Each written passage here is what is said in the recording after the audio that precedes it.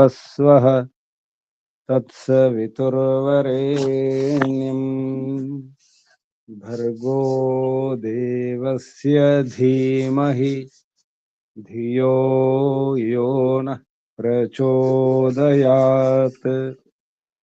ओम शांति शांति शांति।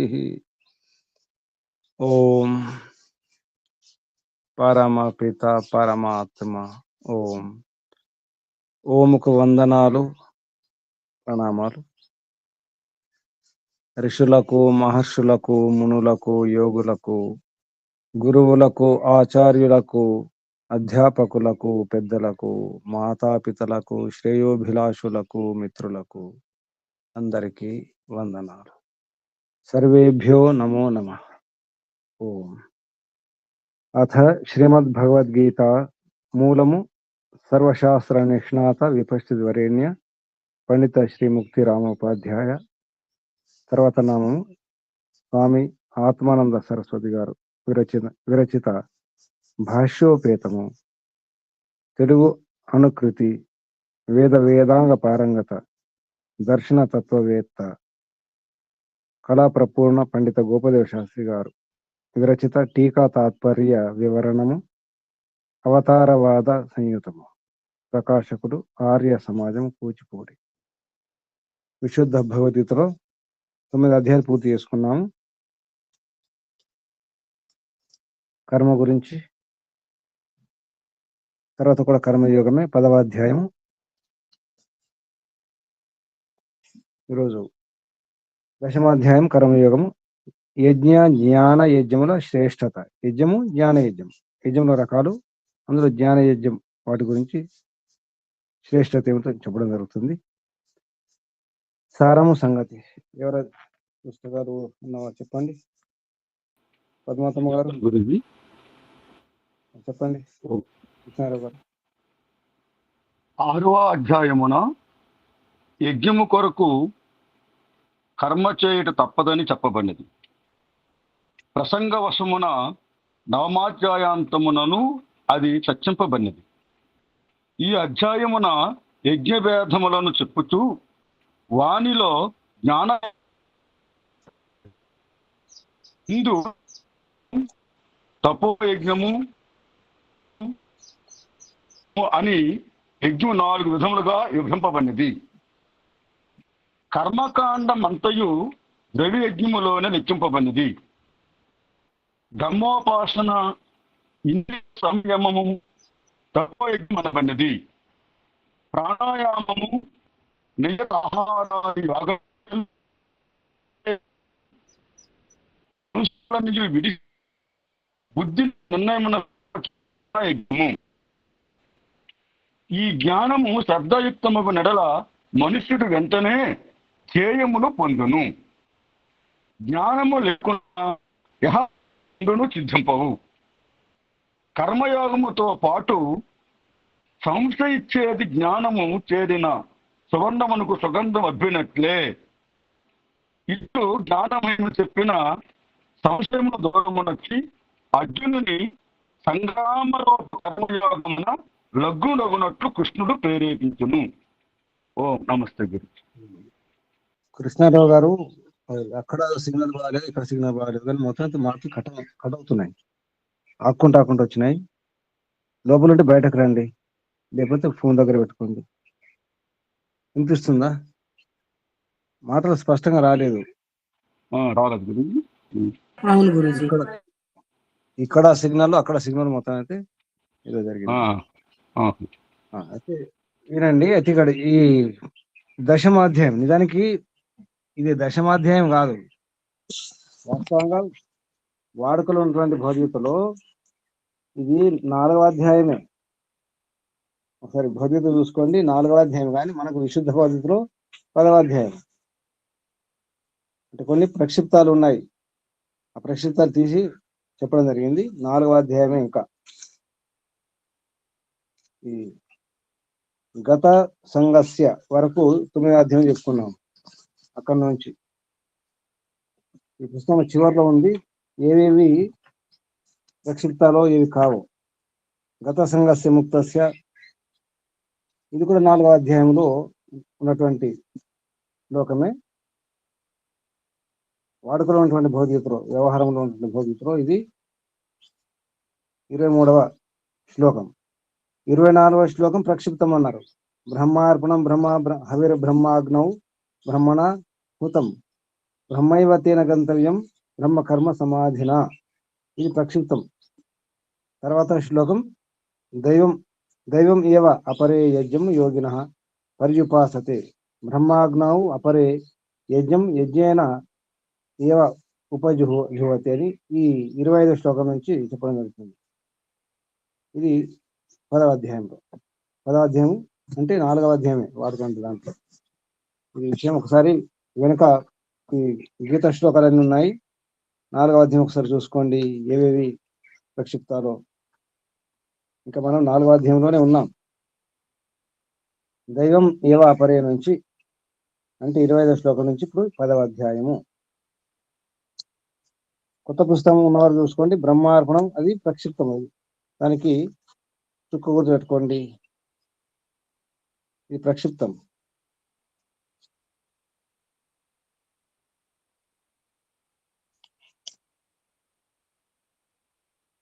చూసుకున్నారా?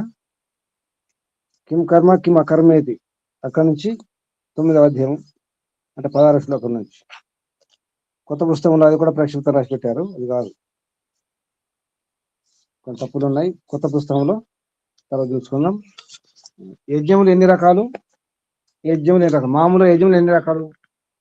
ఆర్య సమాజంలో పంచమహాయజ్ఞాలు 5 రకాలు. మన ఋష పరంపరలో 5 రకాలే. ఒకటి యజ్ఞం, 2 దేవయజ్ఞం, 3 పితృయజ్ఞం, బలివేష దేవయజ్ఞం, తర్వాత భూతయజ్ఞం అంటారు.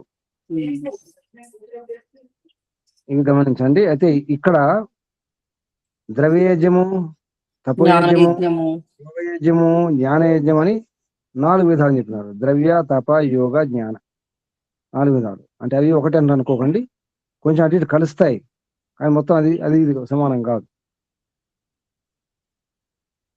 ఇక్కడ ఏమన్నారు? బ్రహ్మోపాసన, కర్మకాండ అంటే ఏమొస్తాయి? కర్మకాండ అంతా కూడా ద్రవ్యయజ్ఞంలోనికి వస్తుంది. ద్రవ్యయజ్ఞం ఎందుకంటే మనం ద్రవ్యం అర్పణ చేస్తాం, సామాగ్రి అవన్నీ చేస్తాం కాబట్టి ద్రవ్యయజ్ఞం. మన వ్యవహారంలో దేవయజ్ఞం అనుకోవాలి. ఇక్కడ ద్రవ్యయజ్ఞం అంటే కర్మకాండ అంటే యజ్ఞయాగాలు, ఈ సోమయాగము, రాజసూయ యాగము, వాజపేయి యాగము, ఇంకెన్నో యాగాలు ఉన్నాయి, అశ్వమేధ యాగం, ఇటువంటి ఉన్నాయి కదా. అదే కాకుండా ఈ ఇష్టిలు అవన్నీ కూడా, పుత్రకామేష్టి, వర్షేష్టి, మనం చేసే నిత్యాగ్నిహోత్రము, ఈ దశపూర్ణ, దర్శేష్టి అంటే అమావాస్య పౌర్ణమి చేసేవి, రకరకాల ఎత్తున అన్ని కూడా ఇందులో వస్తాయి. ద్రవ్యయజ్ఞమే కర్మకాండలో. అగ్నిహోత్రం మొదలుకొని అశ్వమేధ పర్యంతం ఏవైతున్న అన్ని కూడా ఈ కర్మకాండ అంతా కూడా ద్రవ్యయజ్ఞంలోనే. తర్వాత బ్రహ్మోపాసన, ఈశ్వరోపాసన, ఇంద్రియాలను అదుపులో ఉంచుకోవడం, ఇది తపస్సు. అంటే మనసును కూడా అదుపులో ఉంచుకోవడం కూడా ఇక్కడ ఇంద్రియాలు రాశారు, కానీ మనసును కూడా మన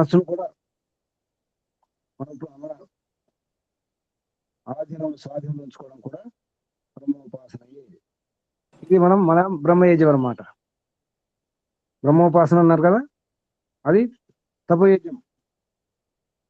ప్రాణాయామం, ఆహారం విషయంలో ఆహారం పాటించడం అంటే నియమిత ఆహారం అంటే నియమ ప్రకారంగా నియమిత ఆహారం, మితంగా హితంగా ఋతునుకూలంగా తీసుకునే ఏదైతే ఆహారం ఉందో అన్ని కూడా ఇది యోగయజ్ఞం అన్నారు.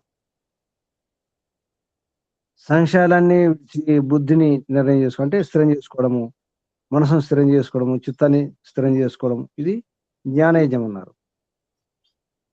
ఇలా ఇందులో భూతయజ్ఞం లేదు, దాన్ని మనం దీంట్లో తీసుకోవాలి, కర్మకాండలోనే తీసుకోవాలి భూతయజ్ఞాన్ని. అలాగే అతిథి యజ్ఞము, పితృయజ్ఞము ఇందులో రాలేదు, ఇది గమనించండి. అంటే గీతలో చెప్పే విషయాలు కొన్ని కలుస్తాయి, కొన్ని కలవకపోవచ్చు వైదికంగా. ఇక్కడ యజ్ఞాల గురించి చెప్పడం జరుగుతుంది. అది కూడా కర్మయోగమే. మళ్ళీ ఇది కూడా కర్మ. అంటే కర్మ చేసేటప్పుడు మనం ఏ ఏ కర్మ చేయాలి అంటే, అసలు కర్మ ఎటువంటి కర్మ చేయాలి వైదికంగా అంటే పంచమహాయజ్ఞాలే. మనిషిగా పుట్టినందుకు, అందులో గృహస్థులుగా ఉన్నందుకు, గృహస్థుల యొక్క కర్తవ్యము పంచమహాయజ్ఞాలు చేయడం. కర్తవ్య కర్మ చేయవలసిందే. బ్రహ్మయజ్ఞము, దేవయజ్ఞము, పితృయజ్ఞము, అతిథి యజ్ఞము, బలివేష దేవయజ్ఞము, ఇవన్నీ కూడా. అందులో బ్రహ్మచారి చేసేవి కొన్ని ఉంటాయి. వానప్రస్థులు, సన్యాసులు. సన్యాసులు ముఖ్యంగా బ్రహ్మయజ్ఞం ఉంటుంది, మిగతా యజ్ఞాలు ఉండవు. వానప్రస్థులు కొన్ని యజ్ఞాలు ఉంటాయి, కొన్ని ఉండవు. బ్రహ్మచారులు కొన్ని ఉంటాయి, అంటే నిత్య అగ్నిహోత్రం ఇటువంటి ఉంటాయి, మిగతావి ఉండవు. భూత యజ్ఞం అటువంటివి ఉండవు. పితృయజ్ఞం, అతిథి యజ్ఞం ఉండదు. అలా మన వర్ణాశ్రమాన్ని బట్టి కూడా యజ్ఞాలు మారుతాయి. మన వర్ణాన్ని బట్టి, మన ఆశ్రమాన్ని బట్టి, మనం చేసే పనిని బట్టి కూడా యజ్ఞాలు మారుతాయి. మనం ఏం చేసినా మొత్తం లోకహితం ఉండాలి, పరోపకారం ఉండాలి, స్వార్థం ఉండకూడదు, అందులో అహంకారం ఉండకూడదు, ఆసక్తి, ఫలాసక్తి ఉండకూడదు. ఇవి ముఖ్యం. నేను నాది అని ఉండకూడదు. ఇదంతా నాది, నేను, నా గొప్పతనం, నా బలము, ఇవి ఉండకూడదు. నిష్కామ కర్మ. మీరు ఏం చేసినా నిష్కామ కర్మ చేయాలి, అప్పుడే మోక్షం లభిస్తుంది. ఇదంతా ప్రయత్నం అంతా మోక్షం కొరకే. అంటే బంధనాలు విడిపోవాలి, బంధనాల నుండి విముక్తి. అసలు మోక్షం అంటే ఏమిటి?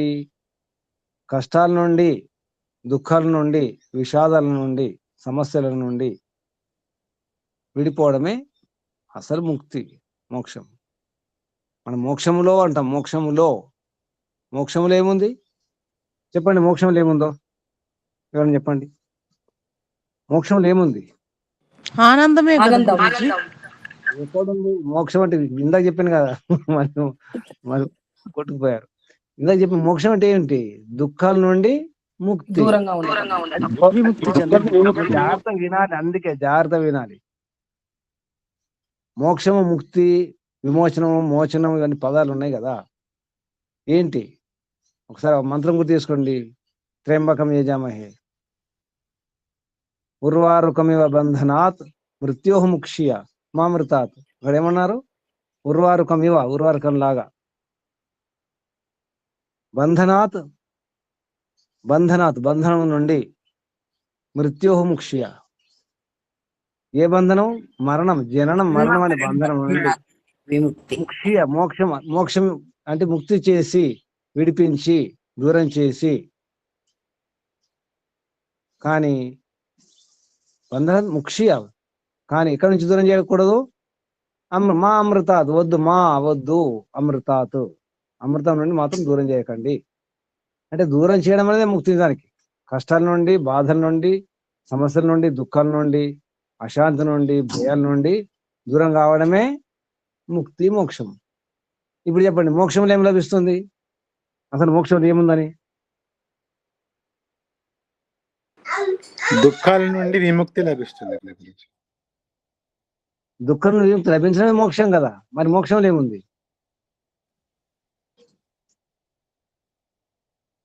దుఃఖం నుండి దూరం కావడమే విముక్తి, విమోచనం. ముక్తి అనండి, మోక్షం అనండి, విమోచనం అనండి, దూరం కావడం, విడుదల కావడం, ఏమనండి. మరి మోక్షంలో ఏముంది? మోక్షం అంట కదా, మోక్షం వెళ్ళాలి. మోక్షం ఎక్కడ ఉంది? ఏ ఊరు అది? మోక్షం అనేది ఒక ఊరా? మోక్షం ఒక ఊరు కాదు కదా, కాదు. ఒక స్థానమా? అది ఏ ఊరు, ఏ ఇల్లు, ఏ పట్టణం, వద్దు, ఉప్పు ఎక్కువ తినవద్దు. ఉప్పు ముప్పు. మీట్లో ఉండండి మాట్లాడేవారు, ఇంట్లో మాట్లాడేవారు, ఇంటి మాటలు మాట్లాడి వెంటనే మీట్లో ఉంచుకోండి. గురూజీ మోక్షం అంటే ఏంటమ్మా? స్థితినా? అదొక ఆనందమైన స్థితినే మోక్షం అంటారా? నేను ఇందాక ఆల్రెడీ చెప్పడం అయిపోయింది, మీరు వినట్లే. అందుకే నేను స్టార్టింగ్ చెప్తున్నాను. కష్టాల నుంచి దూరం కావడం ముక్తి. ఇంకేముందని చెప్పేశాను కదా. కష్టాల నుంచి, దుఃఖాల నుంచి, బాధల నుంచి, భయాల నుంచి, సమస్యల నుండి దూరం కావడం ముక్తి. అసలు ముక్తి ఇదే. ఆకలిస్తుంది, ముక్తి కావాలి. ఆకలి ముక్తి. ఆకలి ఒక బాధ, ఒక దుఃఖము, ఒక కష్టము. దూరం చేసుకోవడం ముక్తి. ఆకలి ముక్తి, తలనొప్పి ముక్తి, కడుపు నొప్పి ముక్తి, రోగాల ముక్తి. ఏమర్థం అవుతుంది ముక్తి అంటే? కష్టం లేకుండా ఉండడము, దుఃఖం లేకుండా ఉండడము, భయం లేకుండా ఉండడము, సమస్య లేకుండా, అశాంతి లేకుండా ఉండడమే అసలు. అదొక స్థితి. దాని తర్వాత అసలు ముందు దూరం కావడే కదా. దూరం కావడమే ముక్తి. అదే మోక్షము, అదే విమోచనము, అదే విడుదల. జైలు నుంచి బయటకు రావడం విడుదల. జైలు నుంచి బయటకు వస్తే ఇంకేముంటుంది? అర్థమవుతుందా? జైలు నుండి బయటకు రావడమే. పక్షులు పంజరం నుండి బయటకు రావడమే, అదే ముక్తి. పంజరం నుండి బయటకు వస్తే పక్షులు ఎలా ఉంటాయి? ఎలా ఉంటాయి? స్పష్టంగా అర్థం చేసుకోండి. ముక్తి ముక్తి, మోక్షం మోక్షం అంటాం కదా. స్వేచ్ఛ ఉంటాయి. స్వేచ్ఛ, స్వ ఇచ్ఛ, నా ఇష్టం. ఇప్పుడు ఇంట్లో అనండి నా ఇష్టం అని చెప్పేసి కుదురుతుందా? ఇంట్లో మీ ఇష్టమా? మీ ఇంట్లో మీ ఇష్టం కుదరదు. మీ ఇంట్లో కానీ, మీ సంస్థలో, మీ కార్యాలయంలో కానీ ఎక్కడ కూడా మీ ఇష్టం కుదరదు. ఎక్కడ మీ ఇష్టం మరి? మీ ఇష్టం అత్తగారి ఇంట్లో ఉంటుందా, తల్లిగారి ఇంట్లో ఉంటుందా? తల్లులు చెప్పండి. ఇష్టమైన తల్లిగారి ఇంట్లో ఉంటుందా, అత్తగారి ఇంట్లో ఉంటుందా? తల్లిగారి ఇంట్లో ఉంటుందండి. అది ఇష్టం. తల్లిగారిలే. మీ స్వేచ్ఛ అనేది అమ్మ దగ్గర. అది కూడా అమ్మ ఉంటేనే స్వేచ్ఛ. అమ్మని స్వేచ్ఛ. మరి మన అమ్మ ఉంది. మన అమ్మ ఎక్కడుంది? శాశ్వత మాత.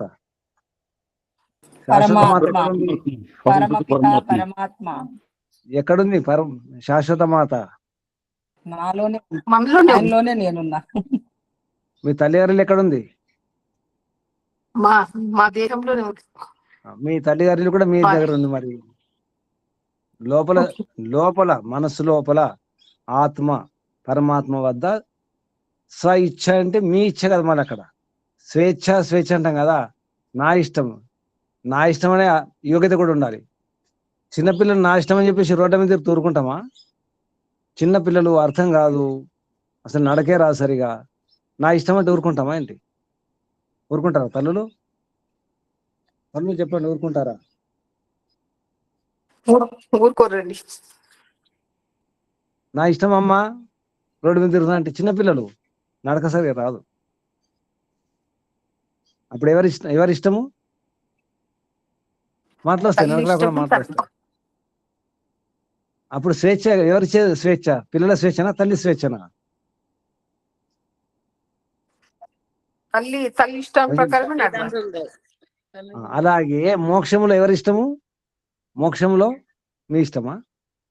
ఆత్మల ఇష్టమా, పరమాత్మ ఇష్టమా? పరమాత్మ. ఇందాక స్వేచ్ఛనే కదా. పంజరం నుండి పక్షి బయటకు వస్తే స్వేచ్ఛ అంటే తన ఇష్టం. పక్షి ఇష్టమా? నిజానికి పక్షి ఇష్టమా? నచ్చినట్టు ఇష్టం ఉంటే తిరిగితే పక్షి ఎలా ఉంటుంది? అర్థం లేకుండా, ఆలోచన లేకుండా, నిర్ణయం కాకుండా. మనం కూడా నచ్చినట్టు పిచ్చర్లాగా తిరిగితే ఎలా ఉంటుంది? నా ఇష్టం అని చెప్పి పిచ్చర్లాగా తిరుగుతామేంటి రోడ్ల మీద? నా ఇష్టం తిరగలేం కదా రోడ్ల మీద. ఒక ఖైదీ జైలు నుంచి బయటకు వచ్చాడు, విడుదలయ్యి స్వేచ్ఛ అయిపోయింది. ఇష్టం, ఎక్కడైనా వెళ్ళొచ్చు, ఏ ఊరికైనా వెళ్ళొచ్చు, ఏ సినిమాకైనా వెళ్ళొచ్చు, ఏ యాత్ర చేయొచ్చు, ఇంటికైనా వెళ్ళొచ్చు, అత్తగారింటికి వెళ్ళొచ్చు, తల్లిగారింటికి వెళ్ళొచ్చు, ఎక్కడైనా వెళ్ళొచ్చు. ఖైదీ రిలీజ్ అయిపోయాడు కదా. ఆయన సొంత ఇష్టం ఉండదు. అలాగే ఆత్మలకు సొంత ఇష్టం అనేది కొంతవరకు ఉంటుంది. బాగా గుర్తుంచుకోండి. ఆత్మ స్వతంత్రుడే, జీవుడు స్వతంత్రుడే. కర్మ చేయడంలో కానీ, కుకర్మ చేయడంలో, సుకర్మ చేయడంలో, వికర్మ అకర్మ నేను విన్నాం కదా. కర్మ అకర్మ మీరు ఏ కర్మ చేస్తారో మీ ఇష్టం. కానీ కొంతవరకే ఆ స్వతంత్రత అనేది కొంతవరకే ఉంటుంది. ఇది బాగా గుర్తుంచుకోండి. జీవుడు స్వతంత్రుడు, స్వతంత్రకర్త అని చెప్తుంటాం. అష్టాదశ సూత్రం ఉంది స్వతంత్రకర్త అని. ఇష్టం కాదు, మొత్తం ఇష్టం కుదరదు, కొంతవరకు స్వతంత్రం, కొంతవరకే. జీవుడు స్వతంత్రుడా పరతంత్రుడా అనే ప్రశ్న వస్తుంది సత్యార్థ ప్రకాశంలో. జీవుడు స్వతంత్రుడా పరతంత్రుడా? సమాధానం ఏమవుతుంది? కొంతవరకే స్వతంత్రుడని ఉంది. మహర్షి యొక్క సమాధానం కొంతవరకే స్వతంత్రుడు, మొత్తం స్వతంత్రుడు, పూర్ణ స్వతంత్రుడు కాలేడు జీవుడు. మీరు కానీ నేను కానీ ఎవరైనా. అందుకే మన ఇష్టం పూర్తిగా ఉండదు, గుర్తుంచుకోండి. స్వేచ్ఛ అంటే మోక్షంలో నా ఇష్టం అంటే కుదరదు. నేను ఎప్పుడైనా మోక్షానికి వెళ్తాను, ఎప్పుడైనా మోక్షం చూస్తానంటే కుదరదు. నా ఇష్టం అండి, మోక్షం వెళ్ళాను కదా, మోక్షం లభించింది, తిరిగి వస్తానంటే వస్తారా? రండి, రాగలుగుతారా? మోక్షం నుండి తిరిగి రాగలుగుతారా మీ ఇష్టంతో? చెప్పండి ఎవరైనా. మోక్షం నుండి మీ ఇష్టమా తిరిగి రావడం? సరిపోయిందా అండి? 2 రోజులు మోక్షం అని వస్తారా బయటకు? ఒకసారి మోక్షం పొందిన తర్వాత పరాంతకాలం ఉండాల్సిందే, ఆ ముక్తికాలం మొత్తం ఉండాల్సిందే. ఉంటారా? మధ్యలో వస్తారా? చాలండి, ఎక్కువైపోయింది ఆనందం అని. స్వీట్ ఎక్కువైతే మొత్తం తింటారా? బాగా స్వీట్ ఉంటే, స్వీట్ ఎక్కువ ఉంటే బాగా తింటారా? తింటారు కదా. ఎక్కువ సుఖాలు ఉంటే కూడా కష్టమే, సుఖాలు ఎక్కువైనా.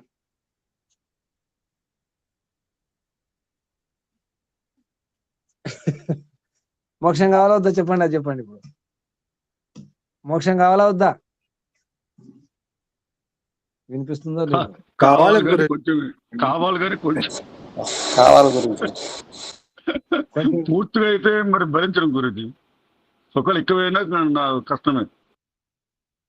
మోక్షం ఎక్కువైతే కష్టమా? మోక్షం ఎక్కువైతే కష్టమా ఎవరికైనా?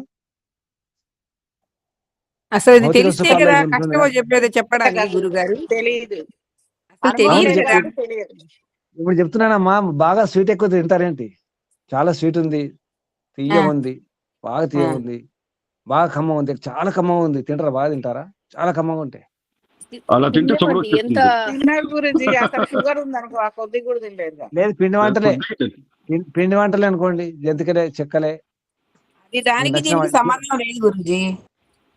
ఇది అసలు దానికి సంబంధం ఎందుకు లేదంటే ఇది భౌతిక సుఖాలు, అది భౌతిక సుఖం కాదు. అర్థమైందా? ఇది ఉపమానం లేదు దీనికి, పోల్చకండి. ఇది సమాధానం. మోక్ష సుఖం ఆ భగవంతుని ఆనందం వేరు, ఇది భౌతిక సుఖాలు దుఃఖాలు ఇవి వేరు, పోల్చకూడదు. సమాధానం వచ్చిందా నిర్మలమ్మ గారు? జై. పోల్చకూడదు. నిర్మలమ్మ గారు వింటున్నారా? నా దృష్టిలో అయితే పోల్చకూడదని అనుకుంటున్నాను గురుజీ. నేను మీ పార్టీ, పోల్చకూడదు. మీ ధన్యవాదాలు. పార్టీ. పోల్చకండి. భగవంతుని ఆనందాన్ని ఈ ప్రపంచంలో సుఖాలు దుఃఖాలు పోల్చకూడదు, రెండు ఒకటి కాదు.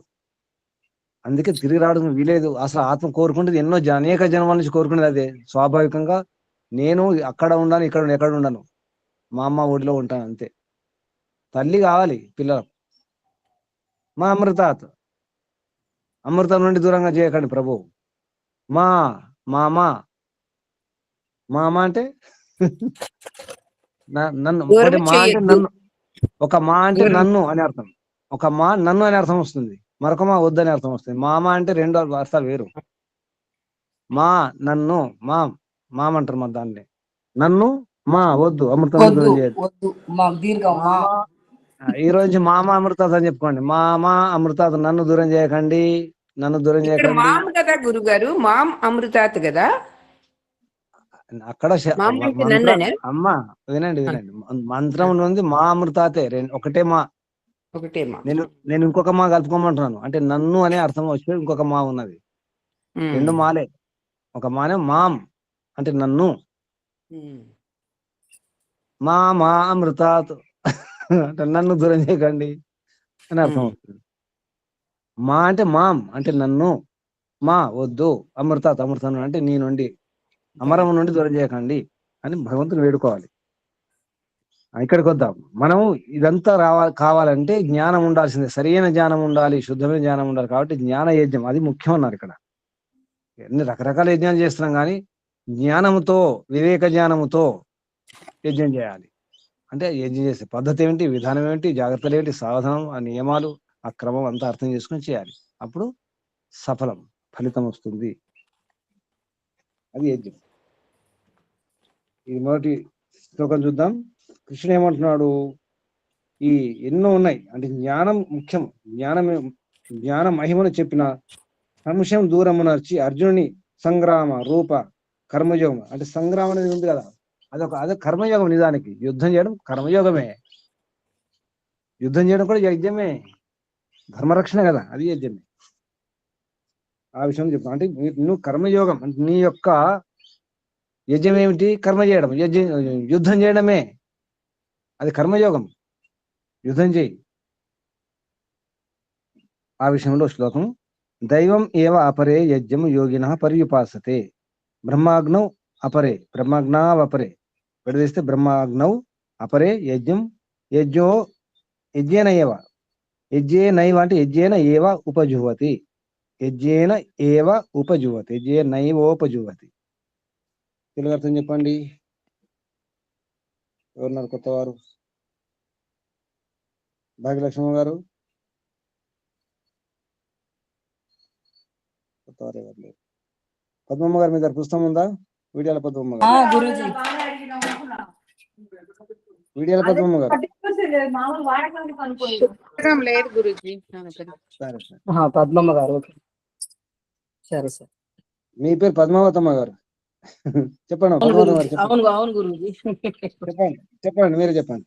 సారము సంగత గురూజీ చెప్పాల్సింది ఇప్పుడు. చాలు. ఒకటో శ్లోకం అర్థం దైవమేవ అపరే ఆ దైవమేవ అపరే అపరే యోగినః కొందరు యోగులు దైవము యజ్ఞము ఏవ అగ్ని వాయువు మున్నగు దేవతల నిమిత్తము ద్రవ్య యజ్ఞముని ఉపాసతే ఉపాసింతురు ఆచరింతురు. అపరే ఇతరులు బ్రహ్మాగ్నౌ బ్రహ్మ రూపమగు అగ్నియందు యజ్ఞమును ఆత్మ మనస్సు బుద్ధి అనడి జ్ఞాన యజ్ఞ సామాగ్రిని యజ్ఞేన ఏవ యజ్ఞముతో ధారణ ధ్యానము సమాధియును క్రియలతో ఉపజుహ్వతి హోమమనర్తురు. తాత్పర్యం కర్మయోగులలో కొందరు దైవ యజ్ఞము చేయుదురు, మరికొందరు బ్రహ్మ యజ్ఞం ఆచరింతురు. భూమి జలము దైవం చేయుచుందురు ఇందులో ఆచరింతురు అని ఉంది గురూజీ. దైవ యజ్ఞం చేయుచుందురు, అవును గురూజీ అదే చేయుచుందురు. మరికొందరు బ్రహ్మ యజ్ఞం ఆచరింతురు. దీని తర్వాత అది గురూజీ కర్మయోగులలో కొందరు దైవ యజ్ఞం చేయుచుందురు, మరికొందరు బ్రహ్మ యజ్ఞం ఆచరింతురు. భూమి జలము అగ్ని వాయువు మున్నగు పదార్థములను పవిత్రము చేసి సంస్కరించుటకు చేయు హోమము దైవ యజ్ఞం అనబడును. సంధ్యోపాసనాదులు బ్రహ్మ యజ్ఞం అనబడును. ఓం నమస్తే గురూజీ. సంధ్యోపాసన బ్రహ్మయజ్ఞము. ఈ భూమి అంటే పంచమహాభూతాలు ఏవైతున్నాయో పంచభూతాలు శుద్ధి చేయడానికి చేసే సంస్కరణ చేసే హోమము దైవయజ్ఞం. అది కర్మకాండ అన్నారు. కర్మయుడు కొందరు దైవయజ్ఞం చేయుచుందరు, తర్వాత మరికొందరు బ్రహ్మయజ్ఞం. దైవయజ్ఞం అంటే ఇందాక మనం చెప్పుకున్నాం, పంచమయజ్ఞాలు శుద్ధి చేయడానికి, ఇంకా కొన్ని రోగాలు దూరం చేయడానికి కూడా ప్రయత్నం చేస్తాం. పర్యావరణాన్ని శుద్ధి చేయడానికి, వాతావరణం శుద్ధి చేయడానికి కూడా ప్రయత్నం చేస్తాం. విషాలను దూరం చేయడానికి, విషవాయువులను కూడా దూరం చేయడానికి ప్రయత్నం చేస్తాం. అదంతా కూడా దైవయజ్ఞం. అంటే దేవతలు అంటే ఇవన్నీ వస్తాయి. బ్రహ్మయజ్ఞం అంటే సంధ్యా ఉపాసన లేదా వేదాధ్యయనం చేయడము, ఈశ్వరోపాసన, జపము, ధ్యానం ఇవన్నీ కూడా బ్రహ్మయజ్ఞం. రెండవ శ్లోకం శ్రోత్రాదీని ఇంద్రియాని అన్యే సంయమాగ్నిషు జుహ్వతి శబ్దాదీని విషయాన్ని అన్య ఇంద్రియాగ్నిషు జుహ్వతి. ఇదెవరు? నిర్మలమ్మ గారు, ఇంకెవరు చెప్తాను గురూజీ. చెప్పండి. రెండవ శ్లోకం శ్రోత్రాదీని ఇంద్రియాని అన్యే కొందరు శ్రోత్రాదీని ఇంద్రియాణి చెవి మున్నగు ఇంద్రియములను సంయమాగ్నిషు సంయమమనడి అగ్నులలో జుహ్వతి హోమము చేయుదురు. అన్యే ఇంక కొందరు శబ్దాదీన్ విషయాన్ శబ్దము మున్నగు విషయములను ఇంద్రియాగ్నిషు ఇంద్రియములనడి అగ్నులలో జుహ్వతి హోమము చేయుదురు. తాత్పర్యము వేరొక కొందరు యోగులు ఇంద్రియ శక్తులను దుర్వినియోగము చేయక వశమున ఉంచుకొని సత్కార్యములను ఒనర్చుతుందురు. ఇదియు ఒక యజ్ఞమే. ఇంకా కొందరు ఇంద్రియములను విషయముల వెంట పొరువిడనీయక నియమములో ఉంచుచుందురు. విషయవాసనలందు తగులు కొనరు. ఇదియు యజ్ఞమే. ఇన్ని రకాల యజ్ఞం చూడండి. మనము ఇంద్రియాలను అదుపులో ఉంచుకోవడం కూడా యజ్ఞమే, నియమాలు పాటించి. అంటే విషయవాసం దగ్గర రానియకుండా, అందులో ఇరుక్కోకుండా, అది యజ్ఞమే. యజ్ఞమైనా కానీ మనం ఏదనుకుంటున్నాం చూడండి. ఇంద్రియాలను అదుపులో ఉంచుకోవడం కూడా ఇంద్రియాగ్నిషు ఇంద్రియములు అనే అగ్నులలో హోమం చేయాలి. ఏంటి విషయాలను, శబ్దాదీని విషయాలను, శబ్దం రూపరసగంధ స్పర్శ శబ్దాలు ఏవైతున్నాయి వాటిని ఇంద్రియాగ్నులలో అందులో హోమం చేయాలి. ఇవి ఆహుతులు అన్నమాట. విషయాలు అంటే ఆ విషయాలను కూడా అదుపులో ఉంచుకోవాలి, ఇంద్రియాలను కూడా అదుపులో ఉంచుకోవాలి. శ్రోత్రాదీని ఇంద్రియాని, శ్రోత్రం చెవి, ముక్కు, కళ్ళు ఏవైతున్నాయి ఇంద్రియాలు, ఇంద్రియాలను కూడా అదుపులో ఉంచుకోవాలి. సంయమాగ్ని అది, దాని పేరు సంయమాగ్ని. ఎన్నగ్ని ఒకసారి అగ్ని చూసుకోండి, సంయమాగ్ని, ఇంద్రియాగ్ని. సంయమాగ్నిలో ఇంద్రియాలను, ఇంద్రియాగ్నిలో ఇంద్రియాల విషయాలను హోమం చేయాలి. ఇదంతా కూడా చాలా యోగాభ్యాసం అవసరం ఉంటుంది. ఇంద్రియ శక్తులను అంటే అర్థం ఏంటి, మన ఇంద్రియాల శక్తులు చాలా ఉంటాయి, వాటిని ఉపయోగించుకోవాలని అర్థం. యోగాభ్యాసం కోసం ఆడుకోవాలి, అక్కడిక్కడ దుర్వినియోగం చేసుకోకూడదు, ఖర్చు చేసుకోకూడదు. మన దగ్గర ఉన్నదంతా ఎటువంటి ధనం, రత్నాలు, వజ్రాలు, వాటిని వ్యర్థంగా ఖర్చు చేసుకోకండి. మన ఇంద్రియాలు కూడా రత్నాలు, వజ్రాలే, చాలా విలువైన ఇంద్రియాలు, ఇంద్రియాల విషయాలు కూడా. రూపం, రసగంధ స్పర్శలు కూడా బయట చెత్త చెదరం చూడకుండా అర్థం. రూపం చూడండి కానీ చెత్త చూడకండి, శబ్దాలు వినండి చెత్త శబ్దాలు వినకండి అని అర్థం. అలా తర్వాత శ్లోకం, 3వ శ్లోకం. సర్వాణీంద్రియ కర్మాణి ప్రాణకర్మాణి చ అపరే ఆత్మ సంయమ యోగాగ్నౌ జుహ్వతి జ్ఞానదీపితే. మరొక అగ్ని యోగాగ్ని. 3వ శ్లోకం. రమాదేవి గారు, రమాదేవి గారు నమస్తే. చెప్పండి. అపరే వేరొక కొందరు సర్వాణి ఇంద్రియ కర్మాణి సమస్త ఇంద్రియ కర్మలను ప్రాణకర్మలను జ్ఞాన దీపితే జ్ఞానము వలన ప్రజ్వలితమైన ఆత్మ సంయమ యోగాగ్నౌ చిత్తాగ్రత మనడి యోగాగ్నిలో చిత్త ఏకాగ్రత విడదీయండి. చిత్త ఏకాగ్రత యోగా అగ్నిలో జుహ్వతి ఆహుతి చేయుదురు. తాత్పర్యము: కొందరు ఇంద్రియముల నరికట్టి ప్రాణ వృత్తులను స్వాధీనమొనర్చుకుని చిత్తము నేకాగ్రము చేయుటకు ప్రయత్నించుచుందురు. అందువలన జ్ఞానము వర్ధిల్లును. ఇది ఆత్మ సంయమ యజ్ఞము. ఇదొక యజ్ఞం, ఆత్మ సంయమ యోగాగ్ని. ఏం చేయాలి? కొందరు ఏం చేస్తారు? రకరకాల ప్రయత్నాలు. కొందరు సర్వాణింద్రియ కర్మని, ఇంద్రియాలకు సంబంధించిన సమస్త కర్మలు. ఇంద్రియాల కర్మలు ఏముంటాయి? చూడడంతో, వినడంతో ఎన్నో నేర్చుకుంటాం కదా. చూడడం కూడా కర్మే, వినడం కర్మే, ఆలోచించడం కర్మే, కాళ్ళు చేతులతో పని చేస్తాం, నోటితో పని చేస్తాం. ప్రాణకర్మలు, శ్వాస తీసుకోవడం, వదిలిపెట్టడం, ఇవి కూడా కర్మలే, శ్వాసక్రియలు. జ్ఞాన దీపితే అంటే జ్ఞానం వల్ల ప్రజ్వలితమైనటువంటి. దీనివల్ల ఏమవుతుంది? జ్ఞానం రావాలి, ఇంద్రియాల ద్వారా జ్ఞానం పొందాలి, అందులో మళ్ళీ వడగట్టుకోవాలి, మంచి జ్ఞానం తీసుకోవాలి, శుద్ధమైన జ్ఞానం తీసుకోవాలి.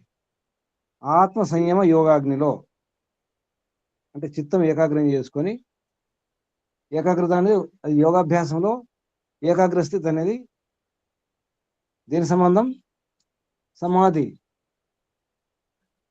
సంప్రజ్ఞాత అసంప్రజ్ఞాత గుర్తుకొస్తున్నాయా? సంప్రజ్ఞాత సమాధి లభిస్తుంది ఏకాగ్ర చిత్తం.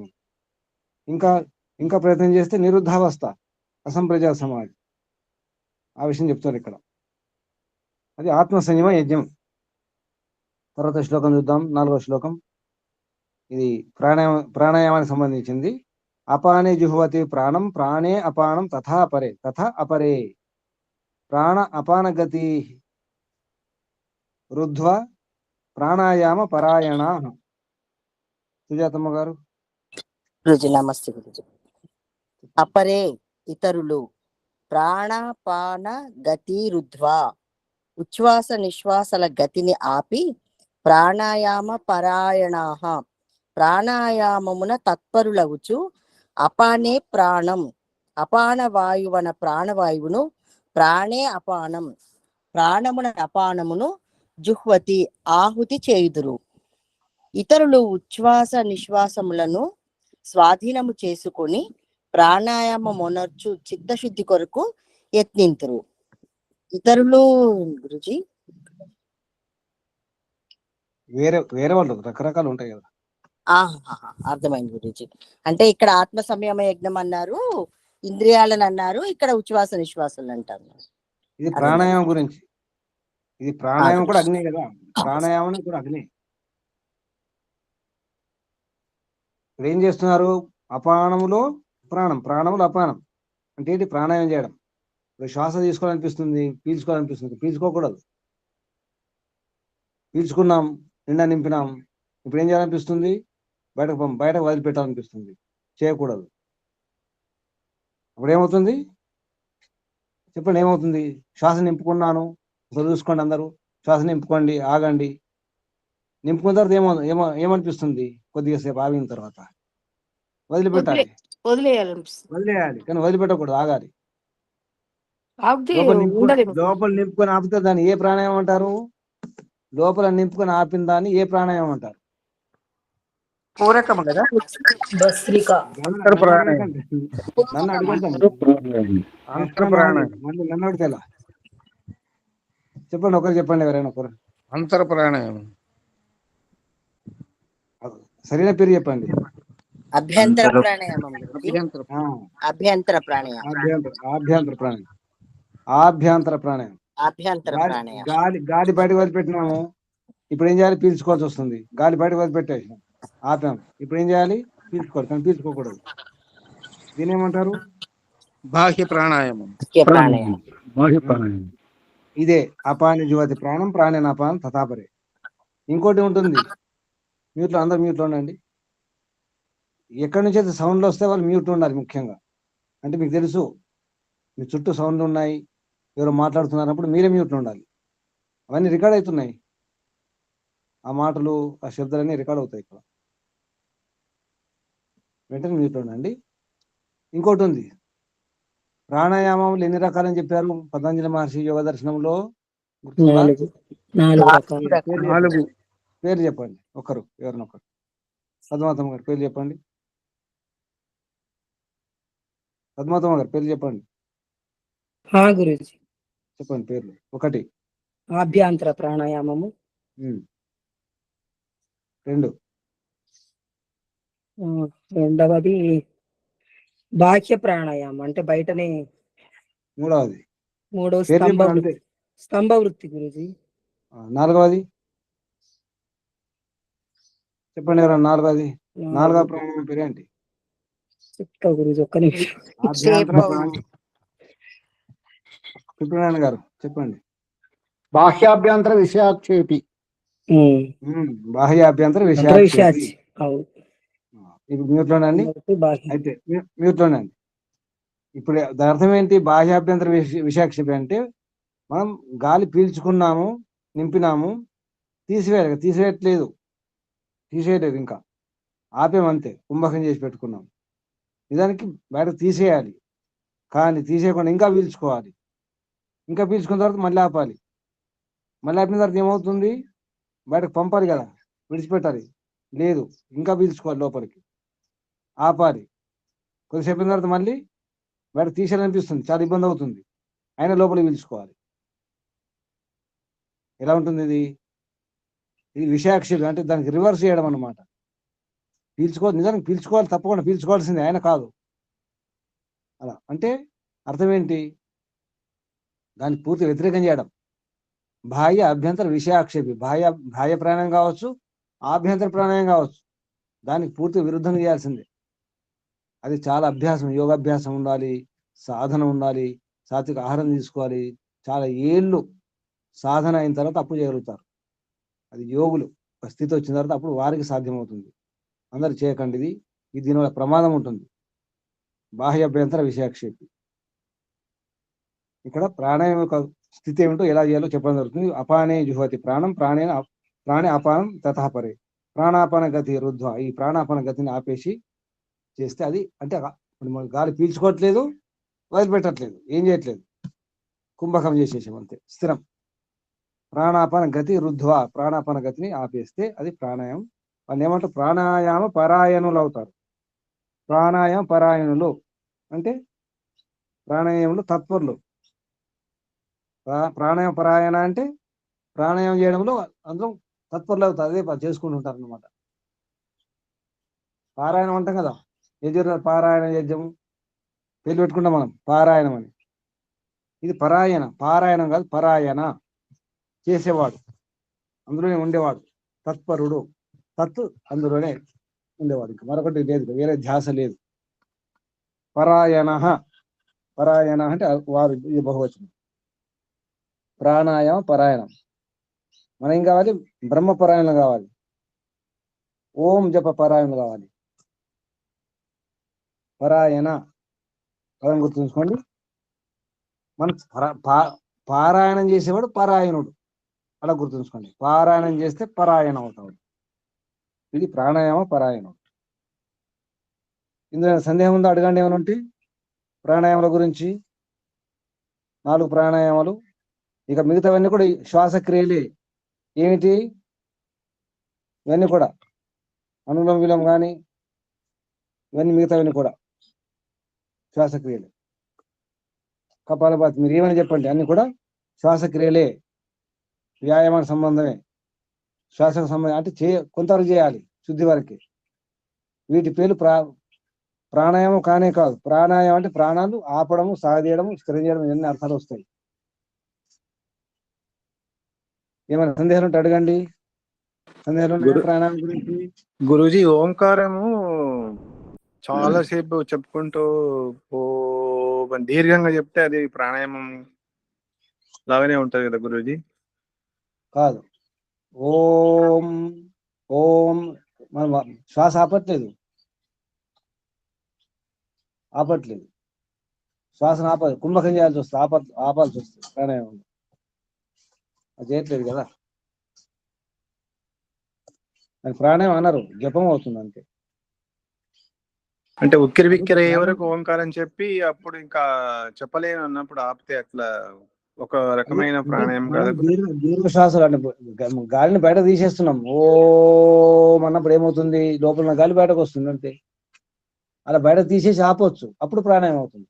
ఓంకారం పేరుతో గాలిని బయట తీసేటప్పుడు ఓంకారం చేస్తూ బయట తీసివేసి ఆపితే అప్పుడు బాహ్య ప్రాణాయామం అవుతుంది. అలా దాని పేరు ఓంకార ప్రాణాయామం అని చెప్పేసి పేరు పెట్టాల్సిన అవసరం లేదు. కొందరు పేరు పెట్టుకుంటారు ఓంకార ప్రాణాయామం, అలా పేరు పెట్టకూడదు. ఎందుకంటే మహర్షులు 4 పేర్లే తీసుకున్నారు, 4 రకాల ప్రాణాయామాలే సరిపోతుంది. యోగాభ్యాసానికి సమాధి స్థితి పొందాలంటే ఈశ్వర దర్శనం కొరకు 4 ప్రాణాయామం చాలు. అంటే యోగాభ్యాసానికి ఉపయోగపడాలి, యోగాభ్యాసానికి అనుకూలం ఉంటేనే ప్రాణాయామం. ఈ ప్రాణాయామ ఉద్దేశం ఏమిటి? అష్టాంగ యోగ ఒక అంగం కదా, యమనియమాసన ప్రాణాయామ, అది గుర్తుంచుకోండి. కపాలభాతి, అనులోమ విలోమ, ఈ భ్రామరి, ఇవన్నీ కూడా శ్వాసక్రియలు, శుద్ధి కొరకు పనిచేస్తాయి, కానీ అవి ప్రాణాయామాలు కాదు, ధ్యానం కొరకు పనికిరావు, ఆరోగ్యం వరకే పనికొస్తాయి. తర్వాత 5వ శ్లోకంలో చూడండి. అపరే నియత ఆహారాః అపరే నియతాహారాః ప్రాణాన్ ప్రాణేషు జుహ్వతి సర్వే అపి ఏతే యజ్ఞవిదో యజ్ఞక్షపితః కల్మషాః సర్వేప్యేతే యజ్ఞవిదో యజ్ఞక్షపిత కల్మషాః. ఎవరు? ప్రభు గారు. నమస్తే గురుజీ. నియతాహారాః, నియమిత ఆహారం తీసుకుని వారు, అపరే కొందరు, ప్రాణాన్ ప్రాణేషు, ప్రాణములను ప్రాణములలో, జుహ్వతి వ్రేల్చుచున్నారు, ఏతే సర్వే అపి వీరందరును, యజ్ఞవిదః యజ్ఞము ఎరిగిన వారే, యజ్ఞక్షపిత కల్మషాః యజ్ఞం మూలమున పాపములను తొలగించుకొనిన వారే, అపానమున ప్రాణమున అపానమును ఆవుతనిచ్చు విధం ఇయది ప్రాణాయామము అభ్యసింపగోరు మనుజుడు ముందు 2 విధములుగా ఉపాయములను అనుష్ఠింపవలెను. 2 విధములగు ఉపాయములను అనుష్ఠింపవలెను. ప్రాణమును అపానముతో కల్పట ఒక ఉపాయము, అట్లే అపానమును ప్రాణముతో కల్పట 2వ ఉపాయము. మనుజుడు తనలోని వాయువును బయటకి తీసి విడిచిపెట్టుచుండును, ఆ వాయువే అపానమనబడును. నిశ్వాసము. వెలుపలి నుండి లోపలికి పీల్చుకుని వాయువు ప్రాణమనబడును, ఉచ్ఛ్వాసము. దేనిని అపానము నిశ్వాసము అనుచున్నామో ఆ వాయువు కూడా మొదట శరీరమున ఊపిరితిత్తులలో చేరి అట చేరియుండిన మల్లె రక్తంతో కలిసి దూషితమై అపానము పేర వెలికి విడవదగినది అగును. అందువలన అది నిశ్వాసము ద్వారమున వెలుపలికి విడిచిపెట్టబడును. ఊపిరితిత్తులలో నిండియుండు గాలి అంతయు బయటికి పోవుట అంత సులభము కాదు. వానిలో ఏ కొంచెం మిగిలి ఉన్నను అది దూషితమగుటచే ఊపిరితిత్తులను చెడగొట్టును. కాబట్టి ప్రాణమును అపానమునందాహుతి మొసంగ విధానము చెప్పబడినది. వెలుపల నుండి ప్రాణము అధిక మాత్రలో గ్రహించి ఊపిరితిత్తులు నింపబడును. ఈ క్రియ నెమ్మది నెమ్మదిగా చేయవలేను. అట్లు చేయక వేగముగా గ్రహించు పక్షమున ఒకప్పుడు ప్రాణతంతువులకు హాని కలగవచ్చును. అధిక మాత్రలో లోపలికి తీసుకునబడిన ప్రాణము ఊపిరితిత్తుల్లోని ప్రతి భాగం నందు చేరి ఎటనేని అపాన భాగం మిగిలియున్న దానిని కూడా శుద్ధి చేయును. ఇయదియే అపానమున ప్రాణమును ఆహుతి అనొచ్చుట అనబడను. ఇట్లు ఊపిరితిత్తులలో నింపిన ప్రాణము చాలా తడవు అటనే ఉంచబడును. ఇట్లు నిలుపుట వలన 2 లాభములు కలుగును. ప్రాణము లోపలనున్న అపానమునందు కలిసి దానితో పాటు శ్వాసకోశమునకు చెందిన ఆ భాగమును కూడా శుద్ధి చేయును. ఇది ఒక లాభము.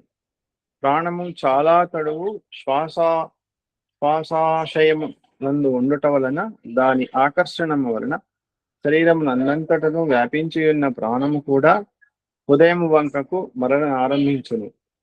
ప్రాణధారణ వలన చిత్తము కూడా ఏకాగ్రము కాదొడగును. ఇది 2వ లాభం.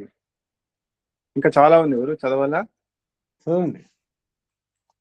ఇక ప్రాణమున అపానము ఆహుతి అనొచ్చుట ప్రాణాయామం అన 2వ ప్రకారం. శరీరమునకు వెలుపల నుండి వాయువు ప్రాణమనబడును. శ్వాసకోశముల నుండి అపానమంతయు వెలుపలికి విడవబడును. అపానము ప్రాణమున ఆహుతి అనొచ్చుట అన ఇదియే.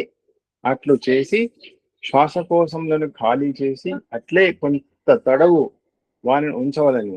ఇట్లు చేయుట వలనను శరీరం నందు ఇతర అవయములలో వ్యాపించి ఉన్న ప్రాణము హృదయము వంక ఆకర్షింపబడును. అట్లు కాగా మనస్సు ఏకాగ్రమగును.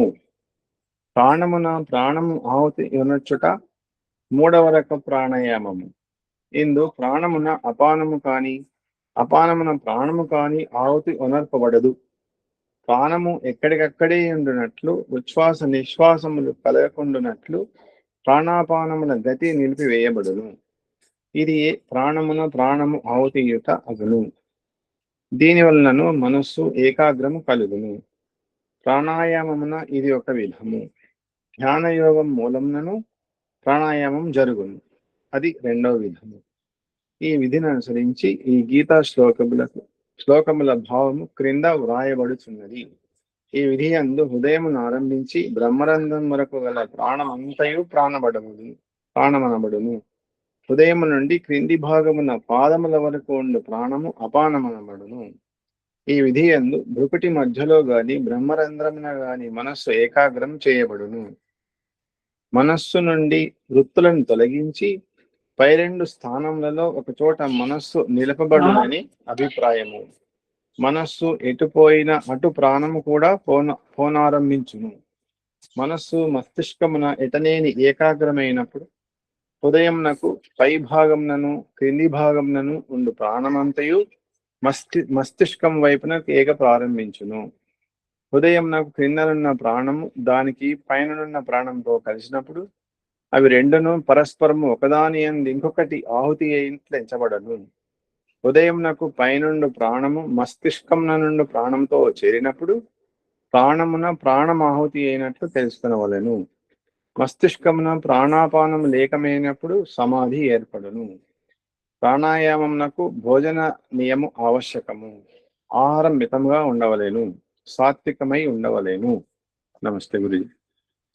ఏమర్థమైంది? ఆహారం సాత్వికంగా ఉండాలి. శాకాహారం అనుకొని చెప్పేసి బాగా కారాలు మిరియాలు తినకండి, పచ్చళ్ళు తినకండి. శాకాహారం తినేది మంచి పిండి వంటలు, కమ్మ రుచి, మసాలాలు తినకూడదు, పచ్చళ్ళు తినకూడదు. ప్రాణాయామం కుదరదు, ప్రమాదం అవుతుంది. భోజనం చాలా అవసరం.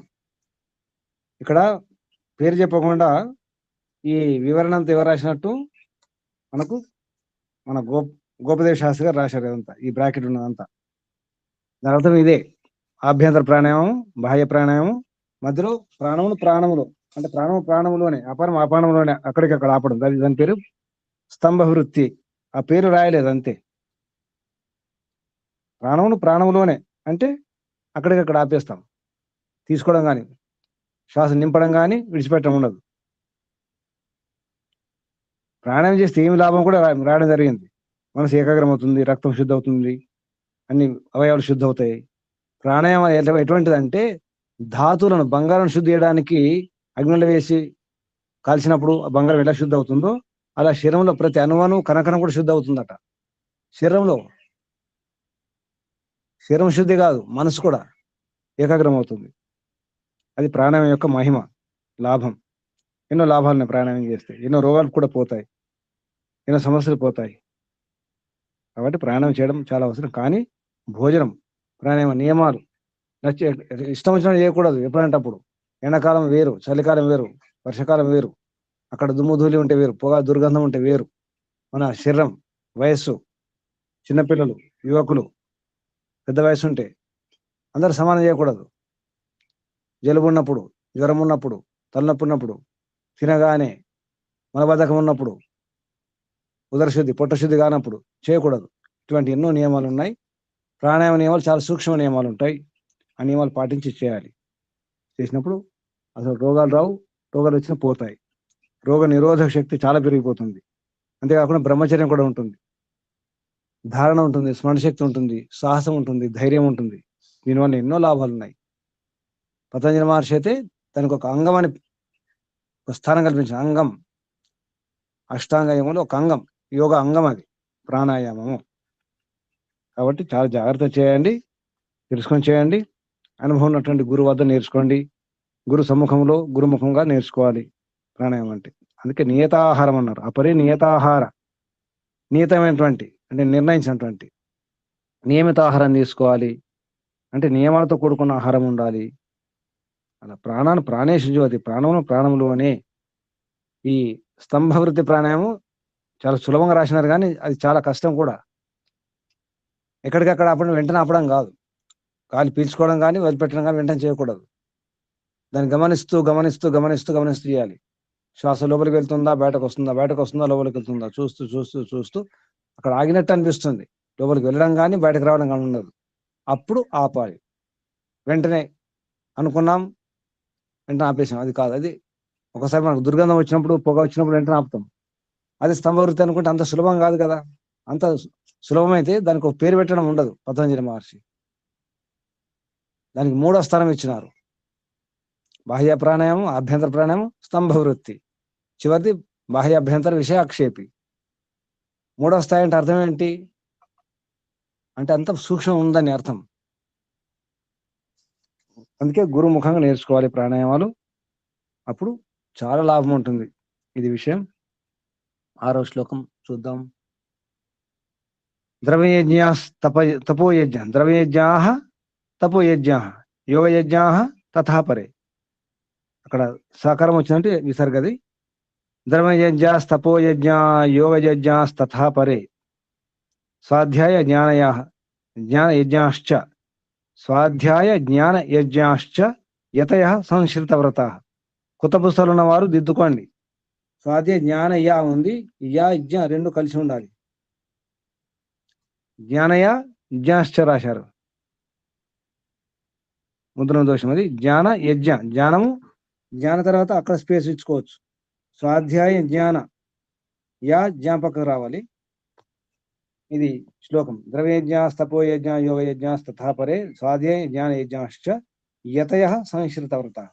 యతులు సంశ్రితవ్రత ఎవరు? పిప్పినారాయణ గారు లేదా కృష్ణారావు గారు, ఎవరు చెప్పండి? పిప్పినారాయణ గారు చెప్పండి. సంశిత వ్రతాః, పైన చెప్పిన శ్రేష్ఠ వ్రతములను ఆచరించు. యతయ యతులు, దేవయజ్ఞం నడుచువారు. ద్రవ్యయజ్ఞాః, ద్రవ్యంతో యజ్ఞం నొనర్తురు. బ్రహ్మాగ్నియందు ఆత్మను సంయమాగ్నియందు ఇంద్రియములను ఆహుతి నర్చువారు తపోయజ్ఞం నునర్తురు. ప్రాణమున అపానమును, అపానమున ప్రాణమును ఆహుతి చేయువారు యోగయజ్ఞమును చేయుదురు. ఇంద్రియ క్రియలను ప్రాణ క్రియలను జ్ఞానాగ్నియందు ఆహుతి చేయువారు ఫలాసక్తి లేని నిష్కామ కర్మలను బావుగా నెరింగి ఇంద్రియములతో క్రియలు నొనర్చువారు స్వాధ్యాయ జ్ఞాన ధర్మము నీతియు అనేది స్వాధ్యాయము మూలమున జ్ఞానయజ్ఞము చేయువారవుదురు.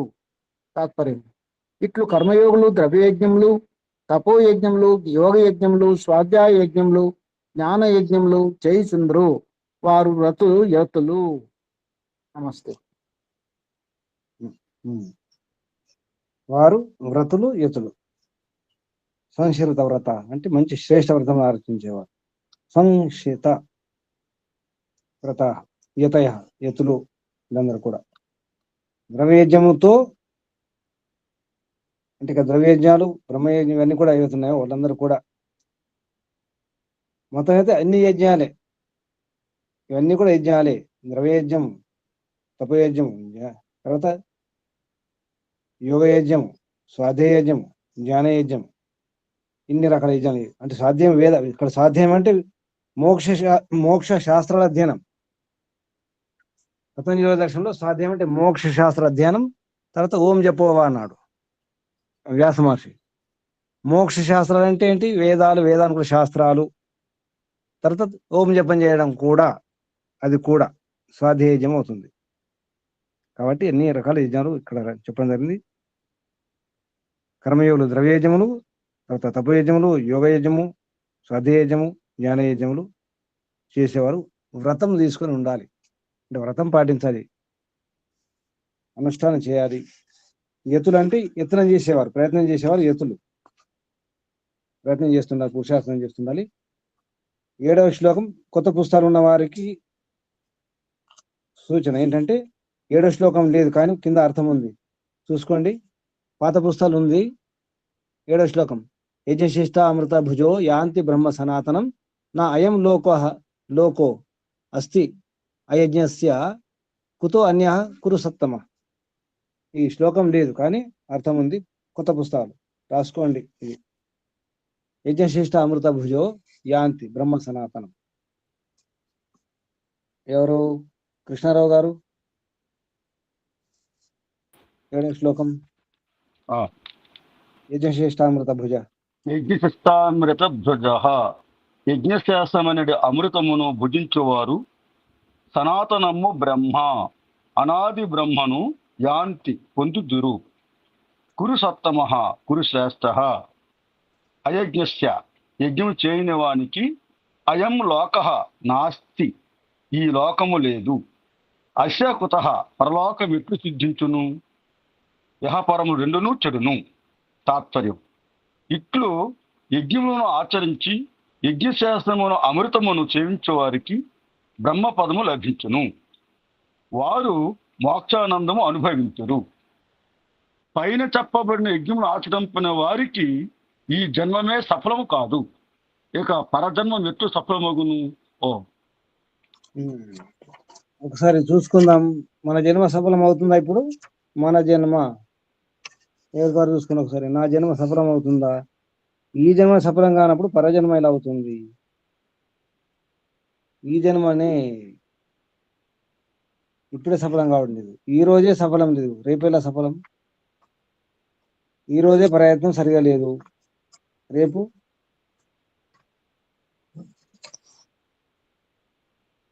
సఫలం అవుతుందా? జన్మ సార్థకం అవుతుందా? దారిలో ఉన్నామా? మనం దారిలో ఉన్నామా? ఎందుకు సందేశం? దారిలో ఉన్నాము, గట్టిగా చెప్పండి. దారిలో ఉన్నాం, అందేమది దారిలో ఉన్నాం. కాకపోతే మెల్లగా నడుస్తున్నాం, మొత్త నడక. కొంచెం వేగం పెంచండి అంతే. వేగం పెంచుదామా?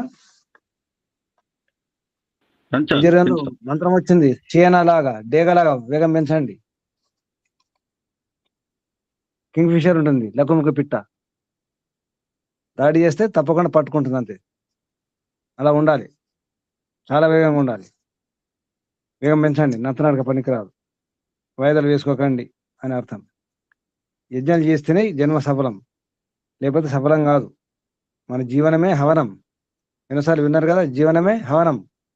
అసలు జీవనం సోమయాగం అన్నారు. సోమయాగానికి మన జీవనానికి చాలా పూర్తి సంబంధం ఉంటుంది. మన జీవితం ఒక సోమయాగం. తర్వాత 8వ శ్లోకం చూసుకోండి. ఏవం బౌహిదా యజ్ఞ వితతాం బ్రహ్మణో ముఖే కర్మజ్ఞాన విద్ధి తాన్ సర్వాన్ ఏవం జ్ఞాత్వా విమోక్ష్యసే.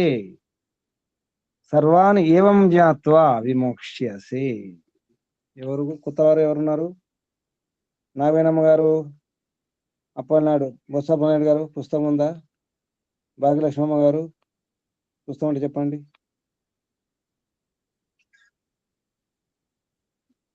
ఎవరు? సత్యారావు గారు, సామరయ్యమ్మ గారు పుస్తకం ఉందా? పుస్తకం లేదు. విడియాల పద్మమ్మ గారు పుస్తకం ఉందా? ఎవరైనా చెప్పండి, లేకపోతే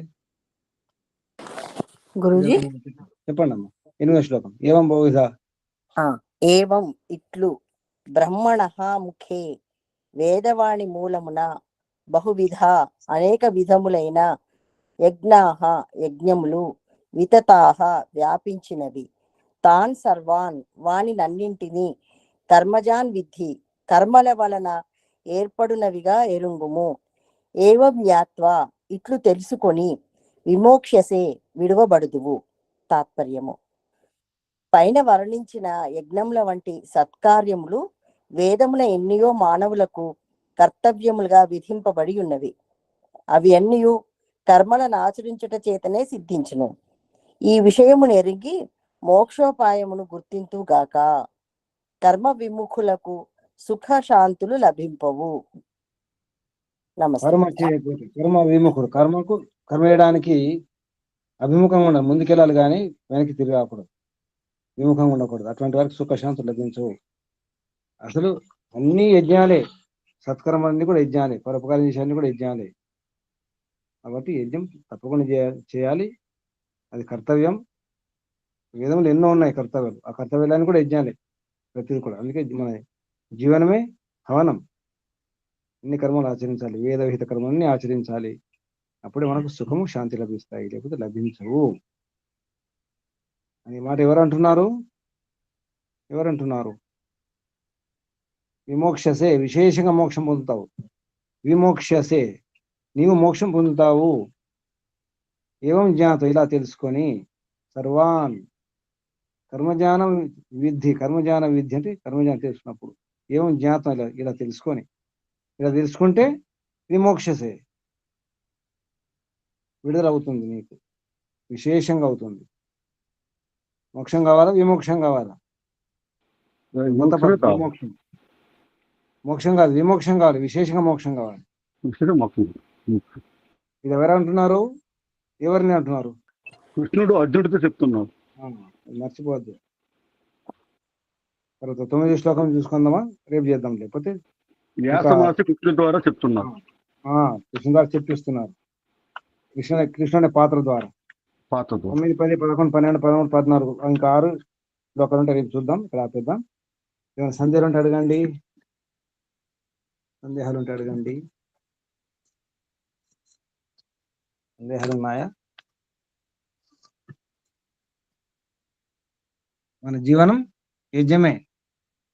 పరోపకారం చేయండి, ఫలితం కర్మ చేయాలి, కానీ ఫలితం పరమాత్మకు వదిలిపెట్టాలి.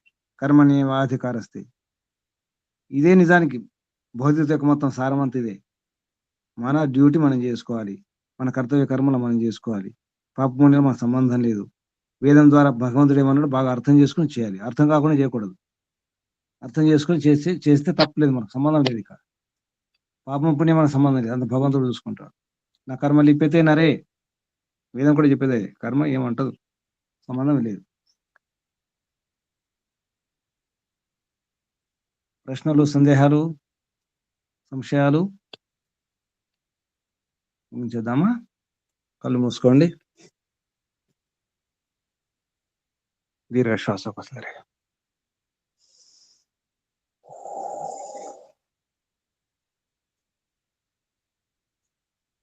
ఓంకారం 3 సార్లు.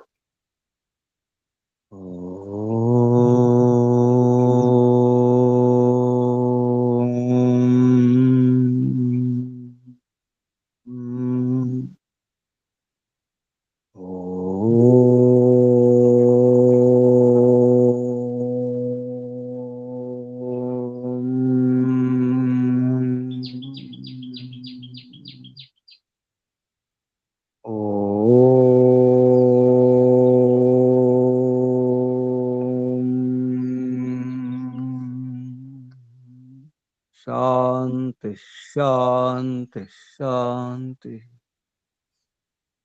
పరమపిత పరమాత్మ ఓంకు వందనాలు ప్రణామాలు సమర్పిస్తూ ఋషులకు మహర్షులకు మునులకు యోగులకు గురువులకు ఆచార్యులకు అధ్యాపకులకు పెద్దలకు మాతాపితలకు శ్రేయోభిలాషులకు అందరికీ వందనాలు. ఇంత గోపదేవ్ శాస్త్రి గారు గురువు గారు స్వామి ఆత్మానంద సరస్వతి గారికి, గోపదేవ్ శాస్త్రి గారికి, మహర్షి దయానంద సరస్వతి గారికి, వారి గురువు గారికి, తండ్రి స్వామి గిరిజానంద సరస్వతి గారికి వందనాలు ప్రణామాలు సమర్పిస్తూ మీ అందరూ కూడా పరిమిత పరమాత్మ శుభాశిస్సులు. ఓం శాంతి. ముగించేద్దాం. నమస్తే గురుజీ.